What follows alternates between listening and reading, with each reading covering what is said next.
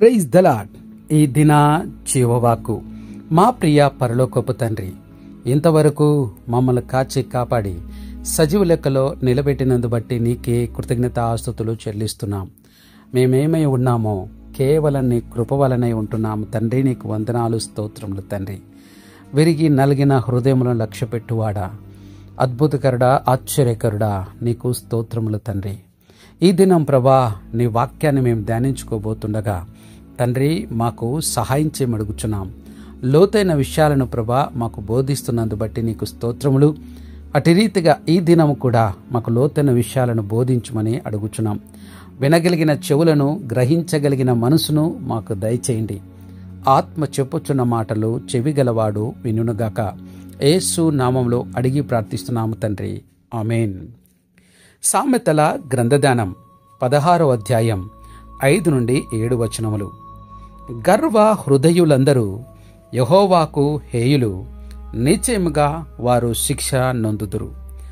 కృపా సత్యముల వలన దోషమునకు ప్రాయశ్చిత్తం కలుగును. యెహోవా యందు భయభక్తులు కలిగి ఉండుట వలన మనుషులు చెడుతనం నుండి తొలగిపోవుదురు.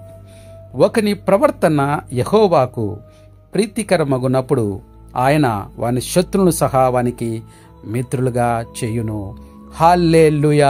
ప్రియమైన దేవుని కుమారుడా, కుమార్తె, 5వ వచనములో దేవునికి అత్యంత అసహ్యమైన ఒక ముఖ్యమైన ఆత్మస్థితిని స్పష్టంగా చెబుతుంది. అది గర్వం.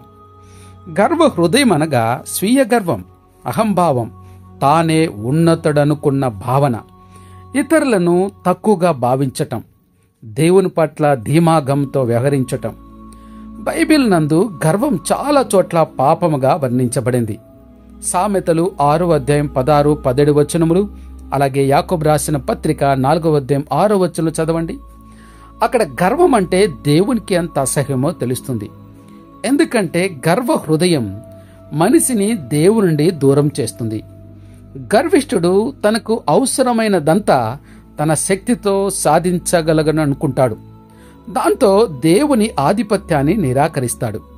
యెషయా గ్రంథం 14వ అధ్యాయం 12 నుండి 15 వచనం చదివితే అక్కడ ఇది మొదటి పాపముగా సాతాను పతనానికి కూడా కారణమైంది.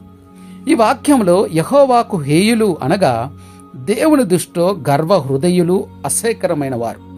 కాబట్టి దేవుని తీర్పు తప్పక వస్తుంది. ఇది భవిష్యత్తులో తీర్పు దినానైనా ఈ జీవితంలోనే వారు తమ గర్వానికి తగిన పరిణామాలను అనుభవించవచ్చును. దేవుడు గర్వించిన వారిని తగ్గిస్తాడని లూకాసు వార్త 14వ అధ్యాయం 11వ వచనం చెబుతుంది. కాబట్టి గర్వం మన జీవితంలో ఉన్నదేమో అన్నదాన్ని పరిశీలించుకోవాలి. మన విజయాలకు దేవునికే మహిమ ఇచ్చి ఎల్లప్పుడూ వినయంగా ఉండాలి. వినయపూర్వకమైన హృదయాన్ని దేవుడు ఆదరిస్తాడని నమ్మి ఆయన చిత్తానుసారంగా నడవటానికి సిద్ధపాటు కావాలి. ఇక 6వ వచనం 2 ముఖ్యమైన సత్యాలను తెలియజేస్తుంది. మొదటిగా పాపమునకు శాంతి అనగా ప్రాయశ్చిత్తం ఎలా లభిస్తుంది అని, రెండవది చెడు మార్గం నుండి మనిషి ఎలా దూరం అవుతాడు అని. ఇక్కడ కృప మరియు సత్యం అన్నది దేవుని స్వభావానికి సంకేతాలు. దేవుని దయ లేక కృప మరియు ఆయన నిజమైన నిబంధనలు అనగా సత్యం మన పాపాలకు పరిహారాన్ని కలిగిస్తాయి. ఈ వాక్యానికి పరిపూర్ణత యేసుక్రీస్తు ద్వారా కనిపిస్తుంది. ఆయనలో దేవుని కృప మరియు సత్యము పూర్తిగా వెల్లడించబడినట్లు యోహాను సువార్త 1వ అధ్యాయం 17వ వచనం చెబుతున్నది. మన పాపాల క్షమాపణకు మన శక్తితో కాకుండా దేవుని కృప ద్వారానే మన్నింపబడతాం. ఈ దయను తెలుసుకునే మనిషి పాపాన్ని వదిలి సత్ప్రవర్తనకు మల్లుతాడు. యెహోవా యందు భయభక్తులు కలిగి ఉండటం వలన మనుషులు చెడుతనం నుండి తొలగిపోవుదురు. ఇక్కడ దేవుడి భయభక్తి అనగా ఆయనను గౌరవించటం, ఆయన తీర్పును సత్యంగా భావించటం, ఆయన చిత్తానికి విధేయత చూపడం. ఇది నిజమైన ఆత్మీయ జీవనానికి ఆవశ్యకం. ఈ భయభక్తి మనిషిని చెడుతనపు మార్గాల నుండి విడిపింపజేస్తుంది. ఎందుకంటే దేవుని తీర్పును తెలుసుకుంటే మనం పాపానికి భయపడి న్యాయ మార్గంలో నడవాలనుకుంటాం. ఇక 7వ వచనం మన జీవన శైలిలో దేవునికి ప్రీతికరమైన నడత ఎంత శక్తివంతమైనదో తెలియజేస్తుంది. మన ప్రవర్తన అంటే మన మాటలు, మన ఆలోచనలు, మన చర్యలు. ఇవి దేవుని చిత్తానికి అనుగుణంగా ఉంటే ఆయన దానిని ఆనందంగా స్వీకరిస్తాడు. న్యాయబద్ధత, సత్యవంతత, ప్రేమతో నడిచే మనిషి దేవునికి ప్రీతికరుడు. మన ప్రవర్తన దేవుని దృష్టిలో ప్రీతికరంగా ఉంటే ఆయన మన కోసం పరిసర పరిస్థితులు కూడా అనుకూలంగా మార్చగలడు. మన శత్రువులు అనుకోకుండా మనతో శాంతిగా ఉండేలా దేవుడు పనిచేస్తాడు. మనం దేవుని చిత్తానుసారం నడిచినప్పుడు ఆయన మన సంబంధాలను, పరిస్థితులను అనుగుణంగా మార్చి మన కోసం సమాధానాన్ని కలిగిస్తాడు. ఇది మానవ సంబంధాల్లోని గొడవలు, సంఘర్షణలు కూడా దేవుని చేతిలో శాంతిగా మారగలవని తెలిపే ఉదాహరణ. కాబట్టి మన శత్రువుపై దృష్టి పెట్టక దేవునితో నడకపైనే దృష్టి పెట్టాలి. రోమిలికి రాసిన పత్రిక 12వ అధ్యాయం 18వ వచనంలో చెప్పబడినట్లు, శక్యమైతే మన చేతనైనంత మటుకు సమస్త మనుషులతో సమాధానముగా ఉందాం. దేవుడు అట్టి కృపను మనకు అనుగ్రహించునుగాక. ప్రార్థన చేసుకుందాం. మా ప్రియ పరలోకపు తండ్రి, ఇంతవరకు నీ వాక్యం ద్వారా మాతో మాట్లాడినందు బట్టి నీకే కృతజ్ఞతాస్తుతులు చెల్లిస్తూ ఉంటున్నాం. దేవా, గర్విష్ఠులు అంటే నీకు హేయులు అని ప్రభా నువ్వు మాట్లాడావు. నిశ్చయంగా వారు శిక్ష నొందుతారని చాలా స్పష్టంగా తెలియపరచున్నందు బట్టి నీకే కృతజ్ఞతాస్తుతులు చెల్లిస్తుంటున్నాం. ప్రభా, మాలో ఎక్కడైనా సరే నీకు ఆయాసకరమైనటువంటి, అసహ్యకరమైన ఆ గర్వం ఒకవేళ ఉందేమో మా హృదయాన్ని పరిశీలించుమడుగుచున్నాం. ఒకవేళ తండ్రి అలాంటి గర్వం కనబడితే తండ్రి దాన్ని మాలో నుండి తొలగించుమడుగుచున్నాం. మేము గర్వాన్ని మానుకొని వినయపూర్వకంగా నీ ముందు నడిచే హృదయాన్ని మాకు దయచేయమని వేడుకుంటున్నాం.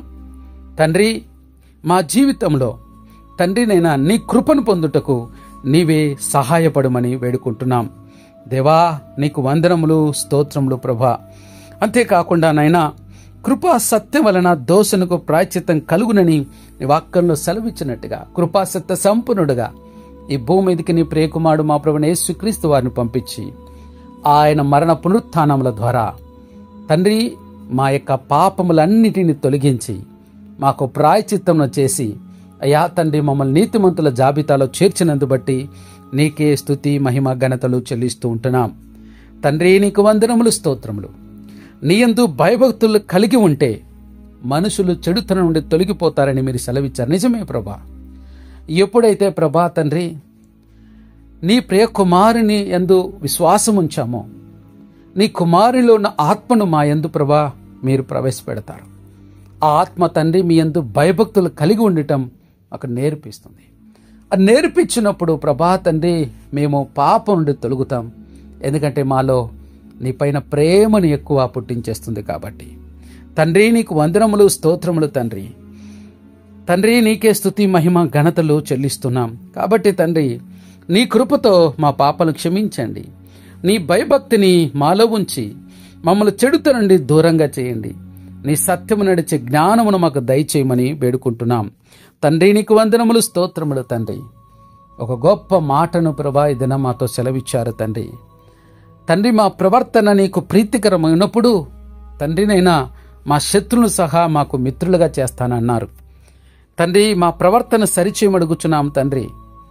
ఎందుకు శత్రువులు ప్రభా మా పైన చుట్టూ ప్రభా తండ్రి గుమికూడుతున్నారో మాకు అర్థమవుతున్నది. మా ప్రవర్తన సరిచేసుకోమని అంటున్నారు తండ్రి. దేవా, కృప చూపండి నాయనా.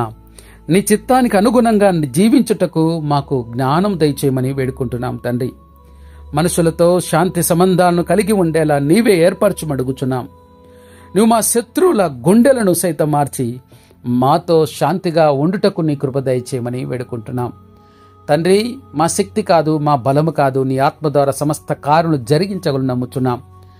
ఇంతవరకు నైనా ఈ ప్రార్థనలో ఎంతమంది ఏకీభవించారో, వాక్యం ఎంతమంది విన్నారో వారి జీవితాల్లో గొప్ప కార్యాలు చేయండి. వారి జీవితంలో శత్రువులు మిత్రులుగా చేయండి తండ్రి. వారి పాపను క్షమించండి, నెమ్మదిని దయచేయమని అడుగుచున్నాం తండ్రినైనా. మరి విన్నటువంటి వాక్యం నూరంతలుగా ప్రతి ఒక్కరి హృదయంలో ఫలించుటకు నీ కృప దయచేయండి. సంఘమును, సంఘ కాపులను, సువార్థికులను పరిచయం చేస్తున్న వారిని నీ కృపాబలం, ఆత్బలం చేత నింపి నడిపించండి. హతసాక్షులవుతున్న ఆత్మలకు శాంతి, సమాధానం, వారి కుటుంబాలకు ఆదరణ నెమ్మది అనుగ్రహించండి. బలహీనులు బలపరచండి, కృంగిన వారిని లేవనెత్తండి. మానసిక ఒత్తిడి నుంచి విడిపించి అడుగుచున్నాం. దేవా తండ్రి, గర్భఫలం ఉద్యోగి వాళ్ళకు ఋతుసు బిడ్డలకు సహాయం చేయండి. గర్భంతో ఉన్న బిడ్డ నార్మల్ డెలివరీ అనుగ్రహించండి. దయముల చేత, దురాత్మల చేత పీడింపడుతున్నవారు, నానావిధ రోగుల చేత బాధపడుతున్నవారు, తండ్రినైన జైల్లో మగ్గుతున్నవారు, సమస్యల కారణంగా కోర్టు చుట్టూ తిరుగుతున్నవారు, వ్యసనాలు ఉన్నటువంటి వారిని విడిపించండి, కృప చూపించమని అడుగుచున్నాం. జన్మదినాలు, వివాహ దినాలు జరుపుకున్న బిడ్డలకి జీవితాల్లో మీరిచ్చిన నూతన దయా కిరీటాలను బట్టి నీకే స్తుతులు, స్తోత్రాలు చెల్లిస్తూ, తండ్రినైనా మమ్మల్ని తగ్గించుకుంటూ నిన్ను మాత్రమే హెచ్చిస్తూ ఎన్నప్పుడు మా ప్రభు రక్షణ యేసుక్రీస్తును అడిగి ప్రార్థిస్తున్నాము తండ్రి. ఆమేన్, ఆమేన్, ఆమేన్.